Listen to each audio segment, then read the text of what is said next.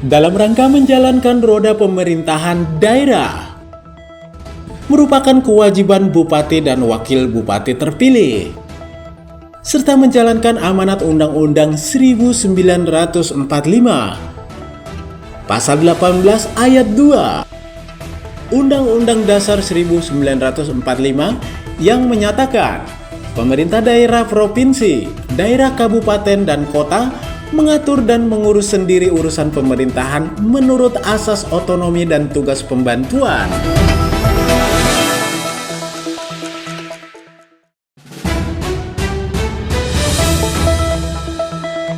Dalam rangka menjalankan roda pemerintahan daerah, merupakan kewajiban bupati dan wakil bupati terpilih, serta menjalankan amanat Undang-Undang 1945, Pasal 18 Ayat 2, Undang-Undang Dasar 1945 yang menyatakan pemerintah daerah provinsi, daerah kabupaten dan kota mengatur dan mengurus sendiri urusan pemerintahan menurut asas otonomi dan tugas pembantuan.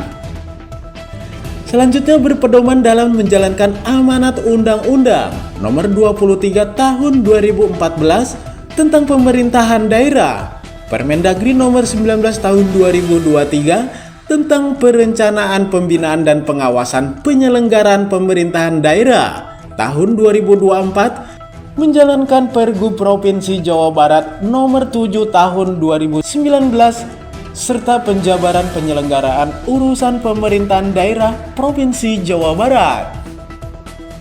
Dalam kegiatan seminar yang diselenggarakan di Hotel Grand Zuri Jababeka Kabupaten Bekasi, menghadirkan beberapa narasumber, di antaranya adalah Profesor Dr. Haji Mahmud MSI sebagai akademisi, dan yang paling utama adalah hadir pula Dr. Hadi Sumarsono yang merupakan pakar pemerintahan. Turut hadir Dr. Adi Susila sebagai dosen kebijakan pemerintahan dari Unisma Bekasi. Kalau beliau jadi presiden 3 periode, sebenarnya saya juga akan kebagian berkahnya. Jadi rektor 3 periode kan itu. Tapi nggak boleh diikut juga 2 periode saya. Ada 2 kata jadi presiden 2 periode kan? Satu, ada nggak? Ada. Siapa? Soekarno dan Soeharto. Soekarno proklamator, Soeharto jadi presiden 32 tahun. Maka saya bilang sama teman-teman, saya masuk kategori itu. Supaya pendek kan itu. Penting percaya diri itu, Pak. Orang kalau nggak punya percaya diri, mau bawa mobilnya takut, bahaya. Percaya diri harus dibangun pada kita. Termasuk sekarang ini, Kang Ade mau jadi bupati dan Kang Asep harus percaya diri. Gak usah takut ada isu bocil kan itu. Itu kan ketika kita kampanye isu apa? Saya kalau mendengar kalimat itu saya bilang ente kurang banyak jalan. Kenapa bro? Maka berani-berani dia bilang apa? Bocil. Saya katakan aja juga. Di zaman dulu juga ada yang namanya khalifah, bukan khilafah. Khalifah itu KPI. Dengan salah, memang dekat-dekat ini. Kami yang nggak tahu, ngomongin tentang apa? Sama khalifah. Yang nggak boleh itu apa? Khilafah yang KPI. Jadi jangan salah. Istilahnya memang istilah Arab itu dikit-dikit tapi pengaruh besar. Jadi khalifah di usia 31 tahun. Tapi hebat ya, bisa mempersatukan dunia Islam untuk merebut Yerusalem. Dan dia terkenal tokoh yang dipuji oleh teman dan dipuji oleh lawan. Tugasnya berat. Pertama ditugaskan untuk merampingkan organisasi, ya, keluar. Kemudian PP 18/2019. Setelah ganti Pak Jokowi, ganti Mas Prabowo, apa yang keluar? Belum lagi nanti implikasi ke daerah, ya. Kementerian Dikbud aja udah pecah 3, Kumham pecah 2, gimana koordinasi daerah? Ke utara pecah 2, itulah dan implikasi terhadap persoalan birokrasi daerah kalau nanti ada penataan ulang birokrasi. Terakhir adalah aparatur SDM, ya. Aparatur SDM kita tuh banyak jumlahnya. Sama Saya sebagai masyarakat Bekasi memberikan apresiasi yang tinggi terhadap kegiatan seminar yang dilaksanakan, karena ini kan sebagai bentuk partisipasi kita, ini para pendukung, para relawan yang mensukseskan Bupati terpilih kita ini Kang Ade dengan Kang Hasan. Tentu kita kan bukan cuma sekedar mengawal untuk sukses jadi, tapi juga kita harus kawal sukses cita-cita beliau menjadi bupati sesuai dengan visi misinya kan gitu. Nah, maka ketika ini diadakan akan muncul banyak pikiran-pikiran sehingga nanti ini menjadi rekomendasi untuk beliau menindaklanjuti sebagai bupati dan wakil bupati. Dan saya kira kalau pikiran-pikiran ini dikumpulkan kemudian dijadikan rujukan untuk membuat kebijakan, maka cita-cita beliau menciptakan Bekasi bangkit, maju dan sejahtera itu akan dinyatakan. Berarti ini baru gagasan atau memang sudah Kalau kita kan sebatas gagasan, tindak lanjutnya kebijakan beliau. Makanya Pak, dari hasil diskusi ini ada pesan yang urgent nggak dari? Saya kira banyak. Apa? Salah satunya? Hal-hal misalnya bagaimana memanfaatkan kehadiran industri untuk masyarakat Bekasi. Ini kan harus ada political will dari beliau, misalnya nggak boleh itu industri, kalaupun mungkin kalau bahasa saya nggak boleh, industri bekerja sama SMK untuk bekerja di industri Bekasi, tapi SMK-nya yang ada di Surat Pemerintahan kalau bahasa saya. Padahal di Bekasi juga ada. Kalau Bekasi misalnya SMK, maaf andai dianggap kurang, kenapa nggak diedukasi? Kenapa nggak dapat pendampingan? Jadi jangan sampai begini, industri di Bekasi, tapi orang Bekasi hanya kena polusi. Berarti ada satu PR ya, PR pengangguran yang harus dituntas ya. Menjadi ironis ya, kita punya pabrik padi tapi kelaparan. Gitu. Kita punya industri tapi kita nggak bisa ngapa-ngapain. Jadi mati di lumbung padi gitu. Jadi berarti kan kita butuh ada political will dari pemimpin dan keberpihakan. Tapi juga nggak boleh sporadis. SDM-nya harus diedukasi melalui pelatihan dan lain sebagainya. Dia jangan kirim pegawai apa adanya. Dididik dulu, dilatih dulu.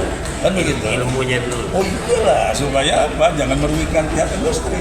Berarti memasukkan penekanan ya, yang sangat serius untuk bupati yang terpilih. Ya saya kira untuk semua kita ya. Bupati juga kalau nggak dapat dukungan repot juga kan. Memang semuanya harus sama berpikir. Jangan sampai akhirnya kan kalau misalnya itu kurang terakomodir orang-orang Bekasinya, itu pasti akan menimbulkan kerawanan sosial. Ujung-ujungnya kita galak sama mereka. Jadi maksud saya ini harus bersamaan. Yuk orang lain juga nggak salah, boleh saja. Tapi kalau misalnya sampai kita ditinggalkan sementara ininya di mana-mana, itu menurut saya prihatin kita kan begitu. Nah, Pak Bupati ini harus apa?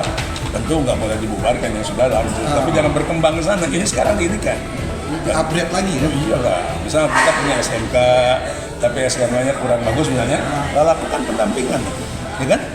Nah, caranya kan bisa dari dana CSA, dari apa, bagaimana supaya terstandar gitu ya. Sehingga nanti kalau dia lulus dari situ bekerja ke pabrik itu memiliki kompetensi yang memadai. Tapi juga jangan begini, begitu jadi pegawai egois, nungkul terus naik apa upah, tapi kita nggak pernah berpikir ada resiko. Apa resiko? Lari nanti itu pabrik-pabrik dari Bekasi. Akhirnya sini ada di gudang, kan itu persoalan juga. Ada kearifan lokal juga ya. Jadi harus imbang ya, jangan egois nuntut gaji terus meningkat, tidak mempertimbangkan kepada pihak perusahaan. Mengatakan nanti Pemda itu yang mediasi. Jadi jangan semuanya bikin nyaman lah kalau bahasa saya. Semuanya bikin enak, tetapi nggak boleh seenaknya. Gitu. Perusahaan nggak boleh seenaknya, karyawan juga nggak boleh seenaknya. Tapi harus enak semuanya. Baik, ini saya kira seminar yang diinisiasi oleh civil society, terutama generasi muda, mahasiswa dan beberapa aktivis yang peduli terhadap Kabupaten Bekasi. Dan intinya atau arahnya adalah mengawal bagaimana implementasi visi ya Bang Ade sama Bang Asep sebagai bupati dan wakil bupati terpilih dalam rangka mewujudkan Kabupaten Bekasi ya yang bangkit, maju dan sejahtera. Saya kira saya sangat menyambut positif mereka nawaitunya untuk memberikan pencerahan, posisi saya mencerahkan mereka supaya juga memahami persoalan Kabupaten Bekasi secara lebih komprehensif.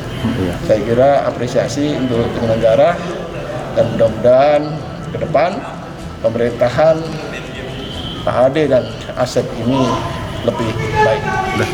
Pak Tony, ada isu yang berkembang dari Ketua KPU RI yang mengatakan ada pelantikan kepala daerah diundur menjadi 13 Maret kemarin menurut saya. Begini, soal pelantikan itu menjadi kewenangan penuh KPU. Memang maju mundurnya tidak ditetapkan fake oleh undang-undang sebagaimana ketika pilkada. Pilkada tanggal 27 November itu fake undang-undang. Tapi kalau yang acara pelantikan ini tergantung perkembangan situasi. Ada dua hal yang dipertimbangkan. Pertama adalah perkembangan sengketa pilkada, seberapa banyak dan seberapa lama membutuhkan waktu di MK ya. Satu, yang kedua kesiapan daripada KPU sendiri dan juga pemerintah. Artinya 13 Maret itu ada kemungkinan dilaksanakan. Kalau keyakinan saya tidak sampai Maret. Kemungkinan tetap Februari ya. Kenapa demikian? Makin cepat makin baik karena tahun anggaran sudah mulai Januari. Oh gitu. Ya, kalau Maret itu nggak ada alasan, kalaupun itu lebih baik. Jadi saya yakin bahkan bisa lebih cepat daripada perkiraan. Kalau sengketa masih berlanjut gimana? Sengketanya dibatasi waktu kan, ada 14 hari atau berapa MK, sehingga model MK mudah saja. Yang kira-kira selisihnya di atas 0,5% untuk penduduk yang 2 juta langsung di out kecuali ada TSM. Jadi nanti akan kaget semuanya. Tidak ada sidang tapi sudah diputuskan. Ini batal karena memang tuntutan secara umum sebagai Dirjen Oda mantan, saya melihat demikian cepatnya mereka memutuskan karena hanya dilihat dari sengketa hasil saja. Kalau hasilnya jauh banget ya langsung out ya. Jadi kalau mepet banget ada TSM atau tidak. Untuk TSM kan 50% dari kecamatan harus bermasalah. Ketika enggak, Bawaslu mengatakan nggak ada TSM ya langsung out. Jadi akan lebih cepat.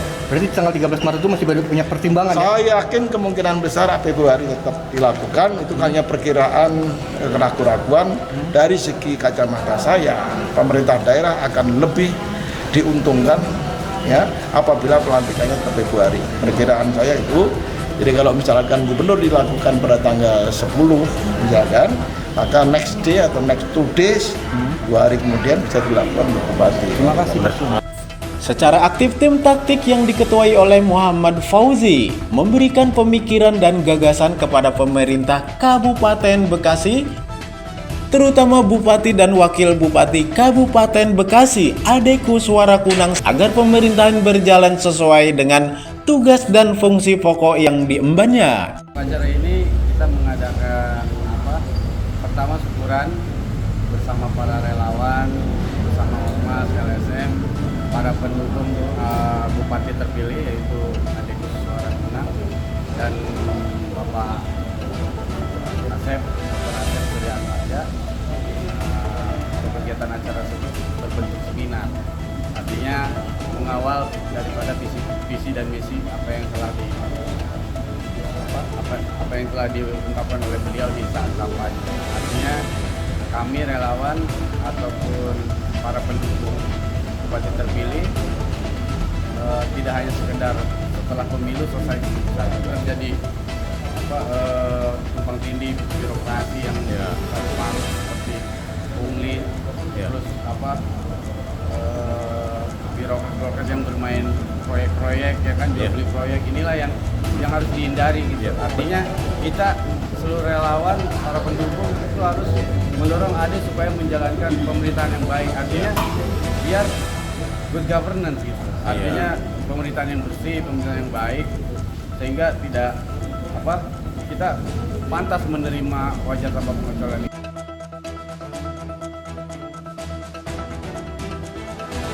Dari Kabupaten Bekasi, tim Tribrita mengabarkan.